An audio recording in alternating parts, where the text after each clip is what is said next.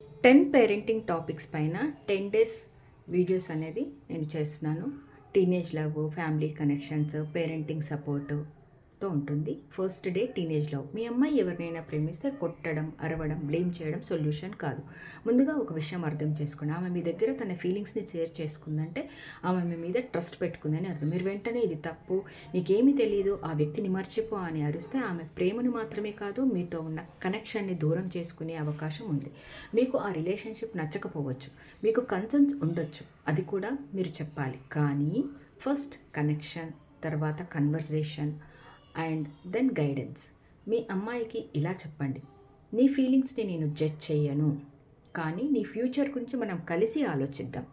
పేరెంట్గా మీరు రిలేషన్షిప్ని అప్రూవ్ చేయాల్సిన అవసరం లేదు, కానీ మీ చైల్డ్కి ఏం జరిగినా నేను నీతో మాట్లాడతాను అనే ఎమోషనల్ సేఫ్టీ ఇవ్వాలి.